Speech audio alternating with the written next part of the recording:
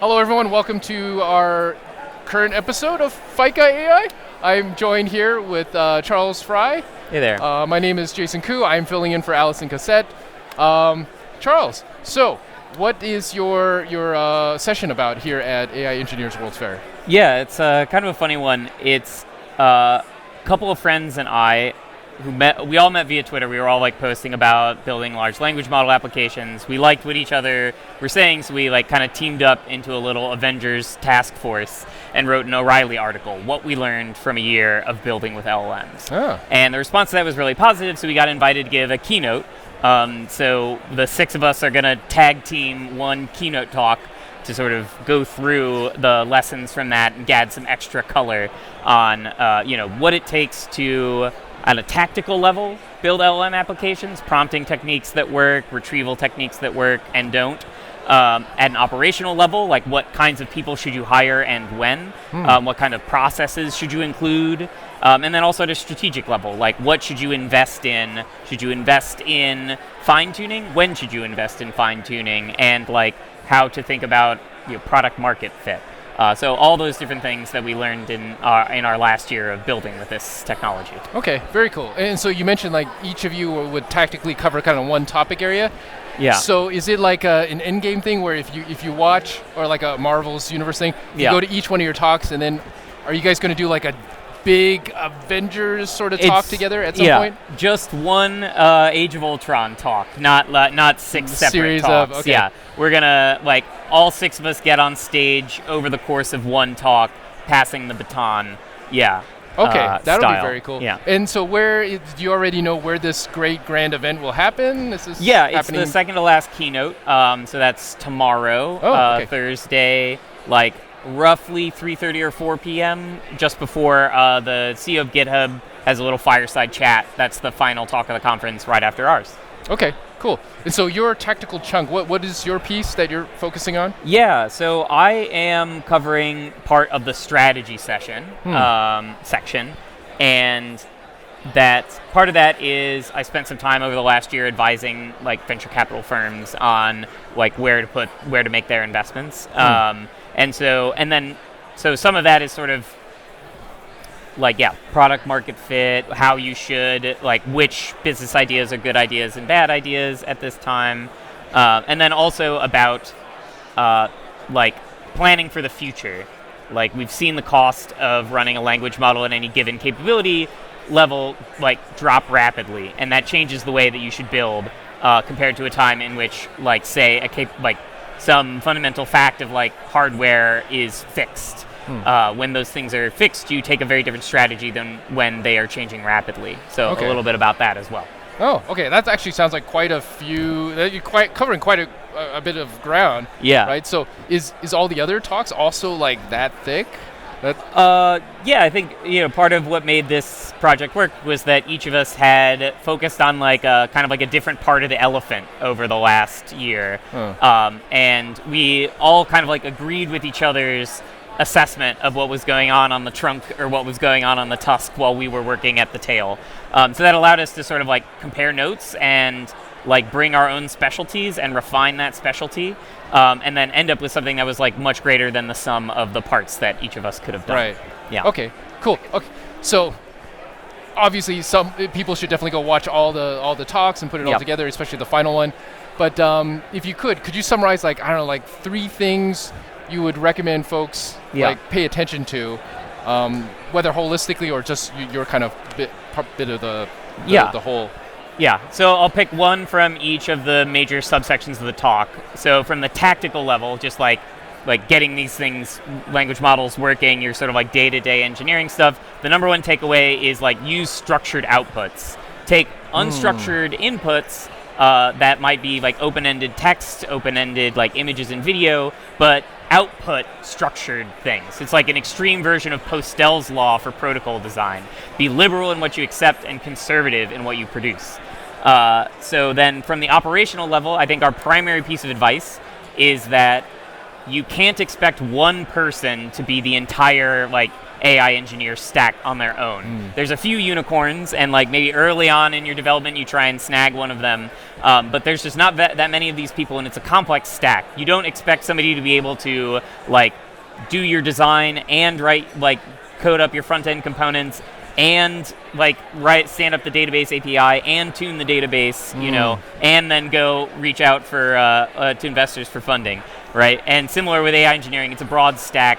You want to find there's a lot of skills that data scientists bring that your like typical application engineer doesn't have, and vice versa. And so you kind of need both of those to successfully deliver not just a demo but a real product. And then finally, from the strategic section, I think the biggest takeaway is that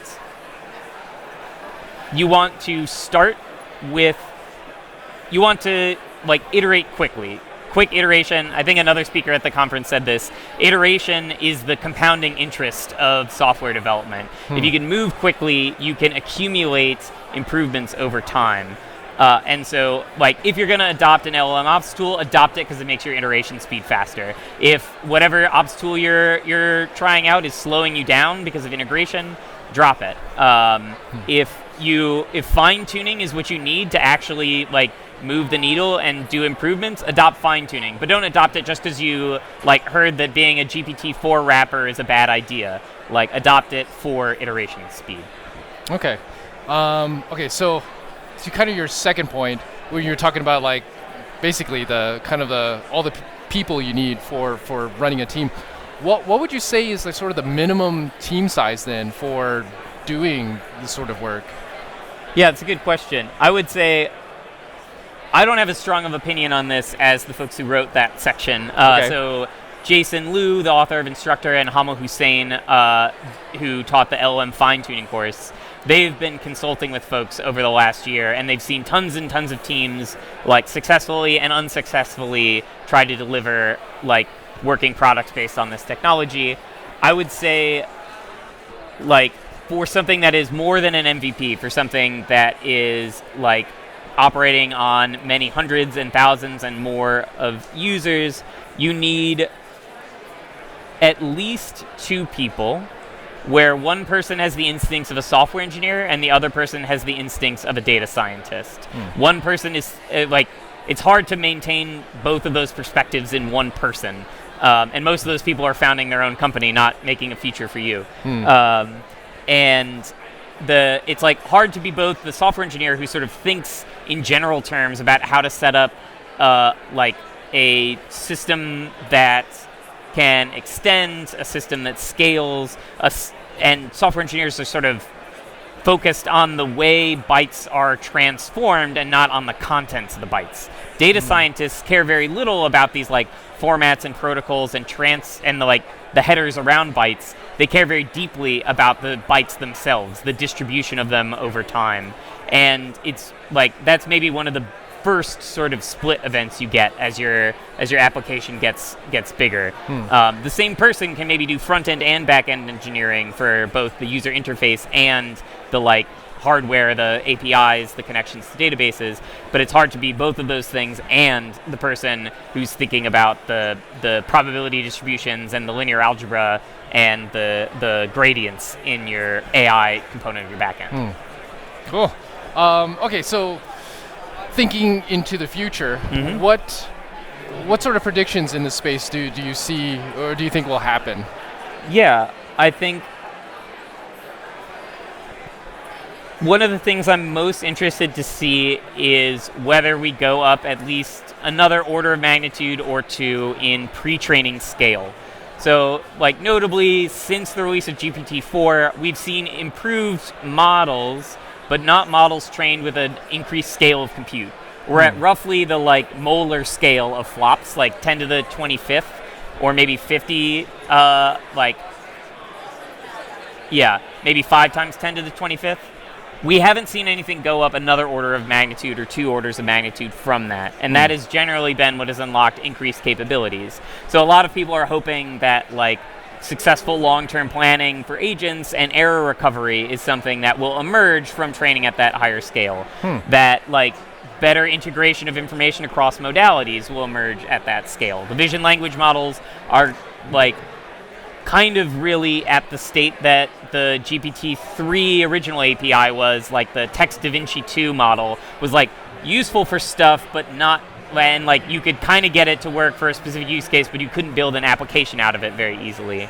And so I think a lot of people are hoping that as we go up that next order of magnitude or two in compute, where we're talking about billion or $10 billion data centers specifically dedicated to these training runs, that will unlock those capabilities. So it's empirical and research question almost to see whether that's the case, and I'm looking forward to finding out sometime between today and this time next year. Okay, so do you think that'll happen within that that's 12-month the period? that's the scuttlebutt from the like foundation model training teams. You can draw curves based off of computes used in the past. You can look at who's buying, who's negotiating contracts with which power providers to give them uninterruptible power supplies, and guess when this will be done. But yeah, middle of next year feels like the latest time by which we'll find this out. Okay, cool.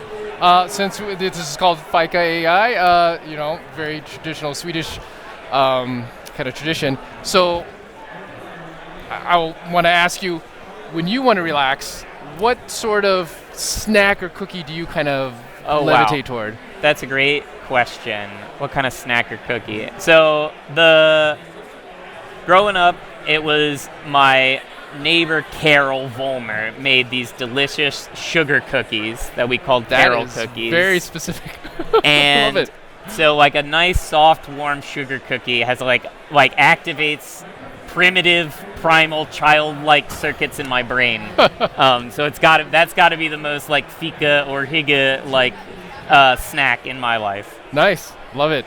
Cool. All right, so if the audience wants to follow you or catch up with your latest developments, what's the best way for people to follow you? Yeah, I'm most active on Twitter, Charles_IRL, and I tweet a lot about sort of research ideas that I find interesting.